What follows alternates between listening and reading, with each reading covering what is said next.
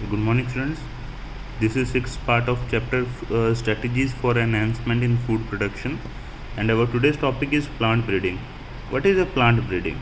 Plant breeding is the purposeful manipulation of plant species in order to create desired plant types that are better suitable for cultivation, give better yield, and are disease resistant. Conventional plant breeding has been practiced for thousands of years since the beginning of human cultivation. Recorded evidence of plant breeding dates back to 9,000 to 11,000 years ago. Many present day crops are the result of domestication in ancient times. Today, all our major crops are derived from domesticated varieties. मतलब जो plant breeding है basically ये बहुत ही important process है आज के time में. Basically इसमें हम प्लांट स्पीशीज़ की मैनिपुलेशन करते हैं, उनमें कुछ चेंजेस करते हैं ताकि हम डिज़ायर्ड प्लांट टाइप्स को अपना सकें या उनको एक्वायर कर सकें, जो कि बढ़िया हो कल्टीवेशन के लिए, हमें बेटर यील्ड दे एंड वो डिजीज़ रेजिस्टेंस हो. और आपको ये जान के हैरानी होगी, लगभग 9,000 से 11,000 साल पहले से ही हम ये सब काम करते आ रहे हैं, इसके हमें एविडेंस मिले हैं. और आज जो बहुत सारी क्रॉप्स हैं हमारे पास, ये हमें इसी कारण मिली हैं. जो पहले डोमेस्टिकेशन किया था एंशिएंट टाइम्स में, आज कुछ क्रॉप्स उसी का रिजल्ट है. आज हमारे पास जो मेजर फूड क्रॉप्स हैं ये बेसिकली उन्हीं वैरायटीज़ को डोमेस्टिकेट करके बनाई गई हैं. पहले जो वाइल्ड वैरायटीज़ थी उसको डोमेस्टिकेट करके ये फूड वैरायटीज़ बनाई गई हैं.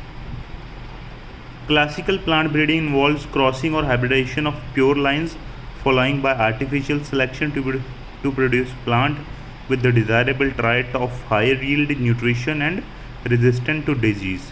With the advancement in genetics, molecular biology and tissue culture, plant breeding is now increasingly being carried out by using molecular genetic tools. कहते नॉर्मली जो क्लासिकल प्लांट ब्रीडिंग मेथड है इसमें हम क्या करते हैं, हाइब्रिडाइजेशन करते हैं प्योर लाइन्स की आर्टिफिशियल सिलेक्शन के द्वारा, ताकि हमारे पास नई डिज़ायर्ड ट्राइट्स आ सके. लेकिन आज अब टेक्नोलॉजी इतनी आगे बढ़ चुकी है, हमारे पास मॉलिक्यूलर बायोलॉजी है, टिश्यू कल्चर है, बायोटेक्नोलॉजी है, जेनेटिक्स है.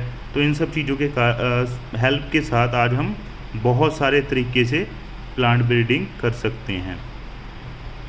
If we were to list the traits और characters that the breeders have tried to incorporate into crop plant, the first we would list would be increased crop yield and improved quality.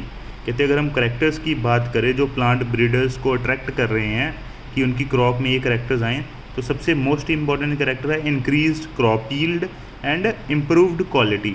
उसकी पैदावार ज़्यादा हो, उसकी quality अच्छी हो. इसके अलावा और भी बहुत सारी चीज़ें हैं. Increased tolerance to environment stress, जैसे कि सैलिनिटी, एक्सट्रीम टेम्परेचर, ड्राउट, इन सब चीज़ों से भी बच सके क्रॉप. रेजिस्टेंट टू पैथोजन, जैसे कि वायरस, फंजाई, बैक्टीरिया. ये मतलब कुछ फीचर्स हैं जो प्लांट ब्रीडर्स को अट्रैक्ट कर रहे हैं कि हम और ज़्यादा ब्रीडिंग करें क्रॉप्स की, ताकि ये सब करेक्टर्स हम एक्वायर कर सकें. Increase tolerance to insect pest would be on our list too. मतलब इंसेक्ट पेस्ट जो हैं उनसे बचाना क्रॉप को, ये भी एक मेजर पार्ट है. Plant breeding programmes are carried out in a systemic way worldwide in government institutions and commercial companies. The main step in breeding of a new genetic variety of crops are. तो यहाँ पे कुछ steps पढ़ेंगे हम. जो main step हैं, सबसे पहले कलेक्शन ऑफ वेरिएबिलिटी. ये एक बहुत ही इंपॉर्टेंट स्टेप है. अब इसके नाम से ही आपको पता लग रहा है कलेक्शन ऑफ वेरिएबिलिटी. मतलब पहले तो जो आपने सपोज वीट है, वीट की जो वेराइटी है क्रॉप की, वीट क्रॉप की, उसको इम्प्रूव करना है तो पहले उसको आप कलेक्ट करोगे. पूरी दुनिया में जितनी भी वीट की वैरायटी हैं, पहले आप उन सब चीज़ों को कलेक्ट करोगे. सपोज़ आपने एक ऐसी वीट की वैरायटी बनानी है जिसका वो ग्रेन है, वीट ग्रेन, वो हैवी हो, मतलब बड़ा हो. तो उसके लिए सबसे पहले तो आप ये चेक करोगे कि वैसी वैरायटी कहीं ऑलरेडी तो प्रेजेंट नहीं है वर्ल्ड में. कहीं आप ऐसे ही मत्था मारते रहो 20 साल 50 साल और पता लगे जी वो तो पहले ही वैरायटी पड़ी थी. तो उसके लिए सबसे पहले हम कलेक्शन ऑफ वेरिएबिलिटी करेंगे. जितनी भी प्री एग्जिस्टिंग जेनेटिक वेरिएबिलिटी है वर्ल्ड वाइड, उसको कलेक्ट करेंगे क्रॉप की. ओके, इसको हम जर्म प्लाज्म कलेक्शन भी बोल देते हैं. The entire collection of plant और seed having all the diverse allele for all gene in a given crop. एक क्रॉप के अंदर जितने भी पॉसिबल जीन्स हो सकते हैं और जितने भी पॉसिबल जीन्स एक्सप्रेस हो रहे हैं धरती पर, उन सभी क्रॉप्स को या सीड प्लांट्स को हम कलेक्ट करेंगे सबसे पहले, ताकि जो हम डिज़ायर्ड वैरायटी बनाना चाह रहे हैं वो ऑलरेडी तो प्रेजेंट नहीं है। ओके, फिर अब then our next step will be evaluation and selection of parents. This is very important step. Identifying this step is very very important. The germplasm is evaluated so as to identify plants with the desirable combination of character. The selected plant are multiplied and used in the process of hybridization. Pure lines are created wherever desired and possible. अब हमारे पास मान लीजिए हमने wheat grain जो बनाना था, thick बनाना था, वो है नहीं है, वर्ल्ड में एग्जिस्ट नहीं करता ऐसा कोई ग्रेन, तो हमने बनाना है अब इस टेक्निक के जरिए। तो हमने सबसे पहले सारी वीट की वैरायटीज़ को कलेक्ट किया। अब मान लीजिए हमारे पास 200 वीट की वैरायटीज़ आ चुकी हैं, 200 वैरायटीज़ हमने कलेक्ट कर ली, लेकिन उसमें हमको डिज़ायर्ड वैरायटी नहीं मिली। तो अब इसके बाद क्या करोगे, अब 2 वीट के प्लांट लोगे, एक मेल एक फीमेल, उनको क्रॉस करवाओगे ताकि जो हमारे पास थिक ग्रेन वाली वैरायटी आ सके। लेकिन अब 2 प्लांट कौन से लोगे, वही आपने चेक करना है इस स्टेप में, evaluation and selection of parents. कौन से पेरेंट्स लोगे जिससे हमें वो डिज़ायर्ड वैरायटी मिल सके, ये इसी स्टेप में अपने चेक करना है। तो इसके काफ़ी सारे तरीके होते हैं चेक करने के। जीन्स हम चेक करते हैं, उनके आउटर फीचर चेक करते हैं, तो वो एक अलग मैटर है। Cross hybridisation among the selected parents. अब जो हमारे पास 2 पेरेंट्स सेलेक्ट हो गए, एक मेल एक फीमेल, उनकी क्रॉसिंग करेंगे अपन, क्रॉस हाइब्रिडेशन करेंगे सेलेक्टेड पेरेंट्स की।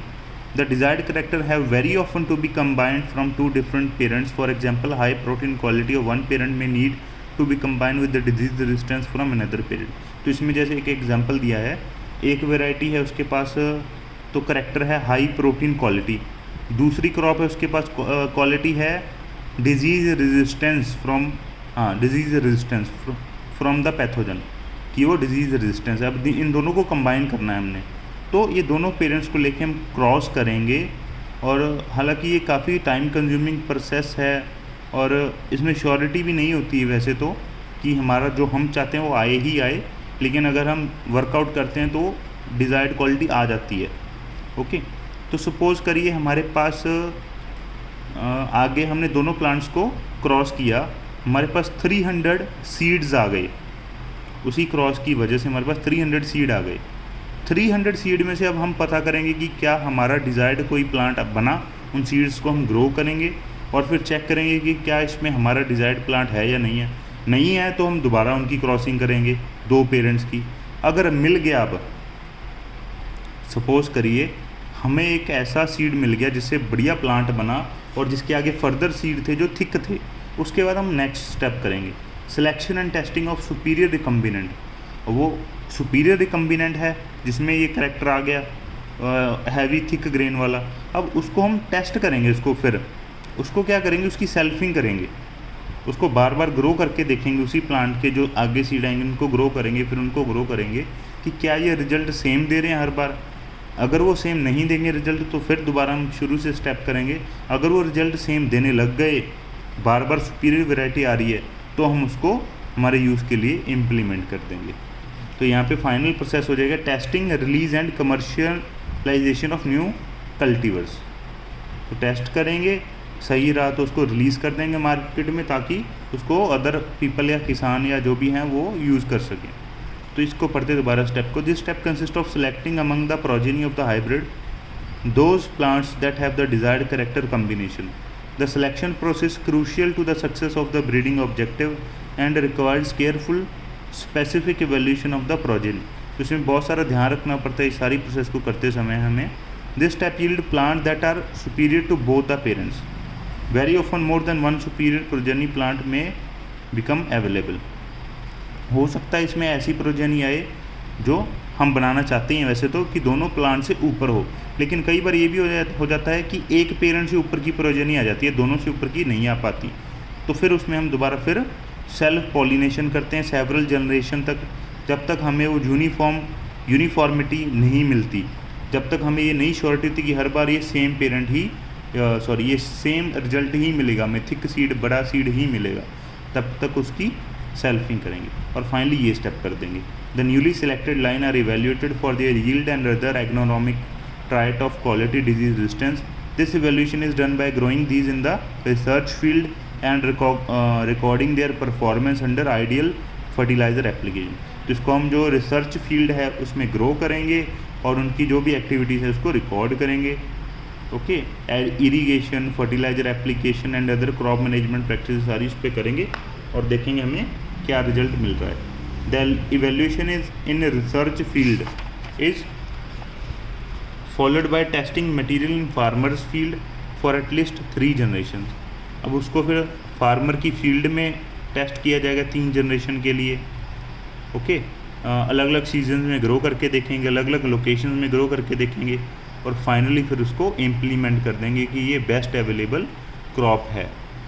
इंडिया में मेनली, इंडिया बेसिकली एक एग्रीकल्चर कंट्री है। Agriculture accounts for approximately 33% of India's GDP and employees nearly 62% of the population.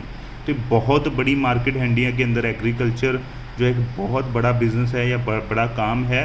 33% India की जीडीपी को इंक्लूड करता है। 62% जो है पॉपुलेशन इसके ऊपर डिपेंड है। इंडिया के इंडिपेंडेंस के बाद एक मेन चैलेंज था कंट्री के पास इनफ फूड नहीं था। पॉपुलेशन बढ़ती जा रही थी लेकिन फूड प्रोडक्शन उस हिसाब से नहीं बढ़ रही थी। क्यों? क्योंकि हमारे पास लैंड तो उतनी है, लैंड तो एक लिमिटेड लैंड है, बल्कि लैंड भी कम होती जाती है जैसे पॉपुलेशन बढ़ती है। कल्टीवेशन लैंड को मतलब रेजिडेंशियल लैंड बनाना पड़ता है या कमर्शियल लैंड बनाना पड़ता है जो एग्रीकल्चर लैंड है, तो लैंड कम ही हुई है हमारे पास, बड़ी नहीं है। लेकिन प्रॉब्लम क्या थी? पॉपुलेशन तो बढ़ रही थी। अब हमें करना क्या था? फूड को भी इंक्रीज़ करना था, यील्ड को भी इंक्रीज़ करना था। तो इसके लिए काफ़ी सारी हमने हाई यील्डिंग वैरायटीज़ बनाई कि जो कम जगह में ही ज़्यादा पैदावार देती हैं। वीट की, राइस की, मिड 1960s के अंदर, जिसको हमने ग्रीन रेवोल्यूशन का नाम भी दिया था। Okay, this phase is often referred as green revolution. तो ये फिगर 9.3 इसमें आप कुछ देख सकते हो। कुछ हाई यील्डिंग वैरायटीज़ हैं हमारे पास।